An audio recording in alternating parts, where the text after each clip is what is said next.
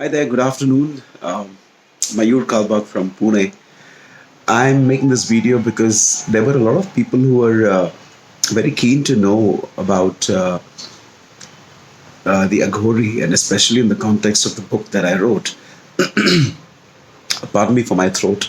Um, Actually, this question that comes typically from my friends and especially those who read the book is, how did you do your research? Like, how did you find out about the book, about the Aghoris, and how that translated into a book? Um, and I do think that there are a lot of people who are intrigued not only by the Aghoris as a very different sect of monks, or call them sadhus. Many of them are very intrigued by how I got to, know more about them. Had I met them, fundamentally, where did I get the content from? Well, through this video, I want to share with you that there were four ways by which I was able to acquire what you may call content. Um, Let me at the outset tell you that the book is a beautiful amalgamation of facts and fiction as well. Fiction to you guys, maybe facts to me. There were four things that I did which helped me to develop Agori into a story. The first thing I did was I researched by speaking to specifically certain people who have met Aghoris, who have lived with Aghoris, who have researched on Aghoris. Now, these people that I am mentioning are those who I personally made an effort to contact. I, it's not difficult today actually to find out, because what you need to do is spread the word around, and you find people who are, who reach that point where they've literally met and spent time with Aghoris. So I did meet a few. Um, because the people, I don't want to name them, but to uh, what I got from them were their own experiences, having been with Agoris or having met Agoris. The durations were different. I met one person who spent almost like 5 evenings with the Agoris um, in the north. Um, I met one person, rather, I spoke to this person over the phone a few times. He had met an Agori just once at the crematorium.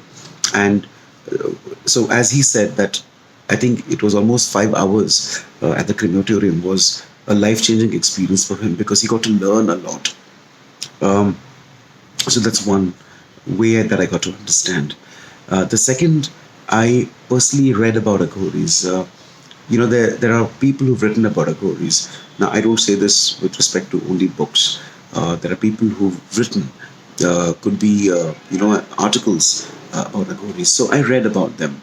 Um, Now, when I say all this, it doesn't mean that I've swallowed everything that people are telling me, but it was good for me to understand their perspectives.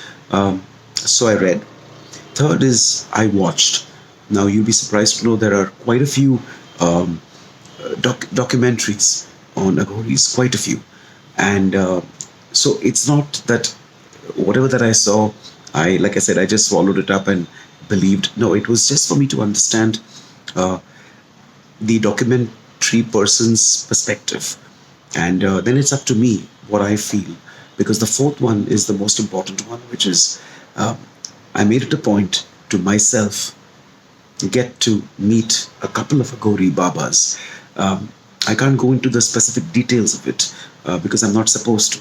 But I can tell you one thing, that um, as what people would perceive it to be very scary and a little, fearsome encounters, it wasn't like that. It was literally a sadhaka that I am of my guru, meeting a sadhaka of his guru. Their ways are different but similar. Uh, their ways are more tougher. The climb is steep. The angle is steep in terms of the climb towards attaining Shivatva. For us, it's different. We would do a mantra japa. They would also do their mantra japa, but then it's different in many ways. And that's what I brought out in the book. So these are the four things that I did. And of course, remember when I say I did these four things, it took a lot of time to assimilate many of the things that I acquired in terms of knowledge and understanding. But through all that, my own interactions with the Aghoris were one of the best. And it's come out in the book as well.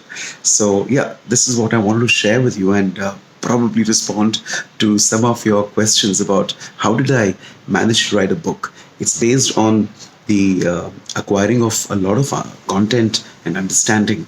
And the fiction part is there because I wanted to also bring out an aspect which to the world is fiction, but it's true. Aghoris don't only spend time at the crematorium, they also live in caves. They live in other places.